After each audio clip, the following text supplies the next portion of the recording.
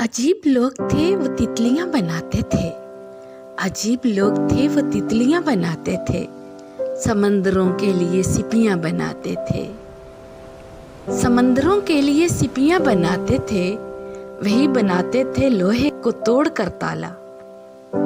वही बनाते थे लोहे को तोड़ कर ताला। फिर उसके बाद वही चाबियां बनाते थे। मेरे कबीले में तालीम का रिवाज ना था।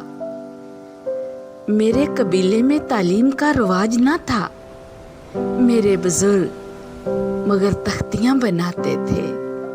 फजूल वक्त में वो सारे शीशागर मिलकर फजूल वक्त में वो सारे शीशागर मिलकर सुहागनों के लिए चूड़ियां बनाते थे। सुहागनों के लिए चूड़ियां बनाते थे। हमारे गांव में 2-4 हिंदू दर्जी थे। हमारे गांव में 2-4 हिंदू दर्जी थे। नमाजियों के लिए टोपियां बनाते थे।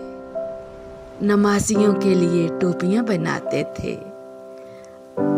अजीब लोग थे वो तितलियां बनाते थे।